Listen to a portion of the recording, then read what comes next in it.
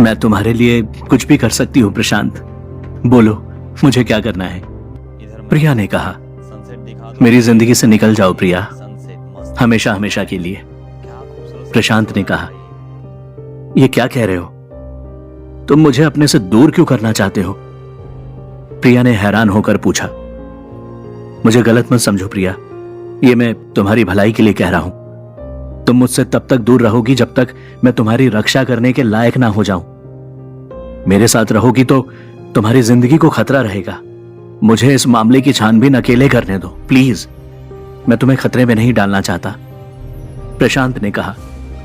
प्रिया ने नम आंखों से कहा, मैं समझ गई प्रशांत, अब मैं तुमसे नहीं मिलूंगी। ये छाता ले लो, भीग जाओगे। प्रशांत गुस्से में उसका छाता जमीन पर फेंकता है। प्रिया ने हैरान होकर उसे देखा। प्रशांत, अरे एक्टिंग कर रहा हूं मैं, तुम भी करो। हो सकता है वो शैतान हम पर नजर रख रहा हो, उसे बिल्कुल ये नहीं लगना चाहिए कि हम दोनों अच्छे दोस्त हैं, प्रशांत ने कहा। लेकिन हम अच्छे दोस्त तो रहेंगे ना प्रशांत? प्रिया ने पूछा। प्रिया जाओ अब। प्रशांत ने उसे घूरा और जल्दी से वहां से चला गया। प्रिया ने उसे जाते हुए देखा और फिर जमीन पर पड़े छाते की तरफ देखा। उसे पता था कि प्रशांत एक्टिंग कर रहा था, फिर भी उसका दिल दुखा और वो छाता उठाकर दूसरी ओर चली गई। प्रशांत का खुद का फोन जो कब्रिस्तान में खो गया था, उसके कांटेक्ट की लिस्ट उसने अपने ईमेल पर सेव कर रखी थी। घर जाते वक्त उसने वो लिस्ट अपने दादाजी के फोन पर डाउनलोड की और वो लिस्ट चेक करने लगा। उसकी नजर एक नंबर पर अटक गई। ये नंबर शायद अनामिका का होगा। मैंने ये सेव किया था पर कुछ याद नहीं आ रहा। विजय को देता हूं ये नंबर। प्रशांत ने विजय को फोन लगाया और वो नंबर देकर उसके बारे में पता लगाने को कहा। अब मैं चैन से नहीं बैठूंगा जब तक उस शैतान किडनैपर को ढूंढकर उसको उसके किए की सजा ना दे दूं। तभी उसको वापस विजय का फोन आता है। प्रशांत, ये नंबर अनामिका का है, लेकिन और कुछ नहीं पता चला क्योंकि फोन काफी समय से बंद है। विजय, जहां से कियारा का अपहरण हुआ था वहां से कोई उंगलियों के या कोई निशान मिले तुझे? कोई सैंपल लिया कि नहीं तूने वहां से? प्रशांत ने कहा। विजय ने कहा, नहीं ऐसा तो कुछ नहीं मिला वहां। यार तू कैसी तहकीकात कर रहा है? ऐसा कैसे हो सकता है कि कोई सबूत ना मिले? प्रशांत ने कहा। मैं तेरी बेचैनी समझ रहा हूं मेरे दोस्त, चिंता मत कर, मैं वापस उस जगह जाकर कुछ सबूत इकट्ठा करने की कोशिश करता हूं, विजय ने फोन रखते हुए कहा। प्रशांत बस से उतरकर उस जगह गया जहां उसने अपने दादाजी वाली शववाहिनी गाड़ी लगाई थी। ट्रैफिक जाम के वक्त वहां से गाड़ी लेकर वो सीधा अंतिम संस्कार वाली अपनी दुकान पर पहुंचा। दरवाजा खोलते ही चौंक कर वो रुक गया और दुखी मन से अंदर गया। वहां अभी तक टेबल पर खाने पीने का वो सामान बिखरा पड़ा था जो कियारा और उसने खाया पिया था। उसके मुंह से अनायास ही निकल गया, कियारा। वो जल्दी से बाथरूम में जाकर गर्म पानी से नहाया और धुले हुए कपड़े पहने। तब तक शाम हो चुकी थी। वो बहुत थका हुआ था और उसकी दुकान खोलकर बैठने की बिल्कुल भी इच्छा ना हुई। वो दुकान का दरवाजा बंद करने के लिए बढ़ा, तभी बाहर जोर की बिजली कड़की। उसकी रोशनी में उसे अपने घर के पर्दे पर एक झुका हुआ सा साया नजर आया। कौन है वहां? कहकर प्रशांत ने पर्दा हटाया। पर्दा हटते ही सामने एक बड़ी डरावनी सी आंखों वाली, तीखे लंबे दांतों वाली, एक कमर से झुकी हुई बुढ़िया मुस्कुराती हुई नजर आई। इससे पहले प्रशांत उससे कुछ पूछे, उस औरत ने सीधा सवाल किया, अपनी दोस्त का कटा फटा चेहरा और कटी हुई उंगलियां वापस ठीक करना चाहते हो? प्रशांत ने चौंक कर पूछा। कौन हो तुम? ये मेरे सवाल का जवाब नहीं है। मुझे लगता था कि तुम मेरी बात सुनकर मुझे अंदर बुलाओगे और दावत दोगे। बुढ़िया अंदर टेबल पर पड़े खाने को ललचाई नजरों से देखकर बोली। प्रशांत बोला, अंदर आओ। प्रशांत को याद आया कि उसके सामने खड़ी बुढ़िया उन दो औरतों से काफी मिलती जुलती थी जो उसकी दुकान पर आई थी और मणि छोड़कर गई थी, और दूसरी वो जो उसे सुरंग के बाहर मिली थी। दरअसल ऐसी औरतों का एक ग्रुप था जो बिल्ली के जैसी दिखती थी। उनका दिखावा काफी हद तक एक जैसा ही था, लेकिन वो सारी अलग अलग थी। प्रशांत को याद आया कि उसके पेट में अभी तक वो मणि अटकी पड़ी थी और वो औरत शायद उसे निकाल सकती थी। लेकिन उसके कुछ कहने से पहले ही वो बुढ़िया सीधा खाने की टेबल की ओर बढ़ी और वहां पड़े बचे खुचे खाने पर ऐसे टूट पड़ी मानो उसने बरसों से कुछ खाया ही ना हो, और वहां पड़ी शराब भी वो एक बार में ही गटक गई। प्रशांत उसके सामने बैठ गया और उससे पूछा, तुम्हारा उस औरत से क्या संबंध है जो मेरे घर पर आई थी और मुझे मणि देकर गई थी? मैं उसे जानती हूं, हमारी बिरादरी की है वो। उसका नाम बिल्लोरी बुआ और मेरा नाम म्याऊ मौसी, उस बुढ़िया ने खाते हुए कहा।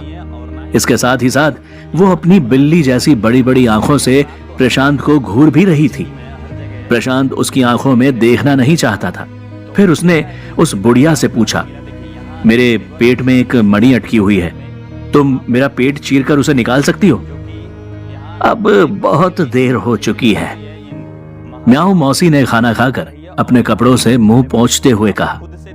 तुमने जो बिल्लोरी बुआ की दी हुई मणि निगली है वो अब तुम्हारे खून में पूरी तरह से घुल गई है, अब उसे निकालना मुश्किल होगा। लेकिन कोई तो तरीका होगा? प्रशांत ने परेशान होकर पूछा। अब उस मणि को अपने खून में पूरी तरह घुल जाने दो, फिर तुम्हारे खून की शक्ति इतनी बढ़ जाएगी कि उससे किसी का भी इलाज किया जा सके, तुम्हारी दोस्त कियारा का भी। म्याऊ मौसी ने अपने होठों पर जीभ फिराते हुए कहा। यह सुनकर प्रशांत का चेहरा चमक उठा और उसने पूछा, हाँ, कियारा के घाव भी भर पाऊंगा मैं? पर कैसे?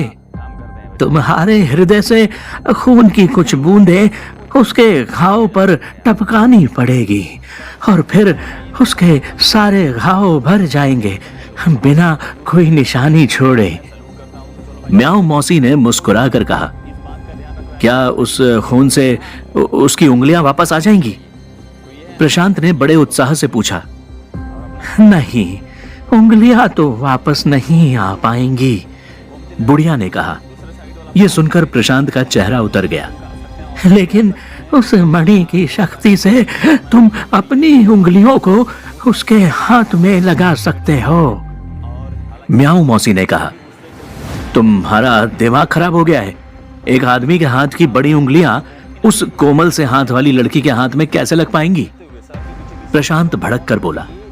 म्याऊ मौसी ने जोर से हंसकर कहा, तुम उस मणि की शक्तियों को नहीं जानते। वो किसी के भी शरीर के किसी भी अंग को दूसरे के शरीर में आसानी से लगा सकती है। ये मेरे हाथ देखो, मेरे अपने हाथ किसी ने काट दिए थे, ये किसी आदमी के हाथ मैंने लगाए हैं। कहते हुए उसने अपने दोनों हाथ आगे बढ़ाकर दिखाए। उस बुढ़िया के गंदे बिल्ली के पंजों जैसे बड़े नाखूनों वाले भयानक हाथों को देखकर प्रशांत सिहर उठा। देखो, है कोई निशान जोड़ने का? कोई कह सकेगा कि ये किसी और के हाथ हैं? म्याऊ मौसी बोली। प्रशांत का ध्यान उसके गंदे हाथों पर नहीं था, वो कुछ और ही सोच रहा था। क्या यह संभव नहीं है कि कियारा की ही कटी हुई उंगलियां उसे वापस लगा दी जाए? उसने म्याऊ मौसी से पूछा। हाँ, यह संभव है, उसकी उंगलियां है तुम्हारे पास? बुढ़िया ने पूछा। प्रशांत ने जल्दी से विजय को फोन लगाया। हेलो विजय, कियारा की कटी हुई उंगलियां कहां हैं? वो अगर समय रहते मिल जाएं तो उन्हें वापस लगाया जा सकता है। वो तो तुमने रिकवर की थी ना? नहीं प्रशांत, मौका वारदात पर हमें कोई कटी हुई उंगलियां नहीं मिली, बस खून ही खून था वहां। लगता है वो शैतान किडनैपर कियारा की उंगलियां अपने साथ ही ले गया होगा। वैसे भी अगर हमें उंगलियां मिलती तो हम उसे फौरन अस्पताल में दे देते, विजय ने कहा। यह सुनकर प्रशांत की यह उम्मीद मिट्टी में मिल गई। फोन काटने के बाद उसने कुछ सोचा, फिर म्याऊ मौसी से कहा, कियारा की उंगलियां तो नहीं मिल सकी, मैं अपनी उंगलियां देने को तैयार हूं, लेकिन ये सब होगा कैसे? मतलब कौन करेगा ये सब? मैं हूं ना, मैं करूंगी तुम्हारी मदद। म्याऊ मौसी ने कुटिल मुस्कुराहट के साथ कहा। म्याऊ मौसी, बिना किसी फायदे के तो तुम मेरी मदद करोगी नहीं। यहां तक आई हो तो कोई तो कारण होगा। साफ साफ बताओ, चाहती क्या हो उसके बदले में? तुम्हें क्या चाहिए? प्रशांत ने पूछा। तुम्हारे हृदय के खून की सिर्फ 10 बूंदे। म्याऊ मौसी ने मुस्कुराकर कहा। यह सुनकर प्रशांत कुछ सोचने लगा। तभी म्याऊ मौसी बोली, चिंता मत करो, एक बार अगर वो मणि तुम्हारे खून में पूरी तरह घुल जाएगी तो ये 10 बूंदे तो 10 दिन में वापस बन जाएंगी। तुम्हारे लिए तो वो सिर्फ 10 बूंदे हैं, पर मेरे लिए उनकी कीमत क्या है तुम्हें नहीं पता। म्याऊ मौसी बोली, तो बता दो क्या कीमत है उनकी, क्या करोगे उसका? प्रशांत ने जल्दी से पूछा। ये जानना तुम्हारा काम नहीं है, तुम अपने दोस्त की चिंता करो। बोलो, तुम्हें मंजूर है मेरी शर्त? म्याऊ मौसी ने पूछा। प्रशांत एक क्षण के लिए मौन हो गया था। फिर उसने म्याऊ मौसी की शर्त मान ली और आगे बोला, लेकिन एक बात बताओ, आखिर इस मणि का राज क्या है जो बिल्लौरी बुआ ने मुझे दी थी? बिल्लौरी बुआ ने पिछली बार कहा था कि मैं भी उसके जैसा हो जाऊंगा। क्या यह सच है? हाँ, ये सच है। थोड़ा इंतजार करो, तुम्हें अपने आप बदलाव दिखना महसूस होगा। ये कहकर म्याऊ मौसी ने अपनी जेब से एक कांच की छोटी बोतल निकाली और प्रशांत से कहा, इसे पी लो और सिर्फ 3 दिन में देखना इसका चमत्कार। मैं 3 दिन में वापस आऊंगी। प्रशांत के कुछ कहने से पहले ही वो म्याऊ मौसी तेजी से बाहर निकल गई। प्रशांत ने उसकी दी हुई कांच की बोतल को गौर से देखा। उसमें हरे रंग का गाढ़ा सा काढ़े जैसा द्रव्य भरा था। प्रशांत ने उसे उत्सुकता से खोलकर सूंघा, लेकिन उसकी बदबू इतनी गंदी कि उसे उल्टी आने लगी थी। वो सोच रहा था कि उस लिक्विड को वो कैसे पिएगा।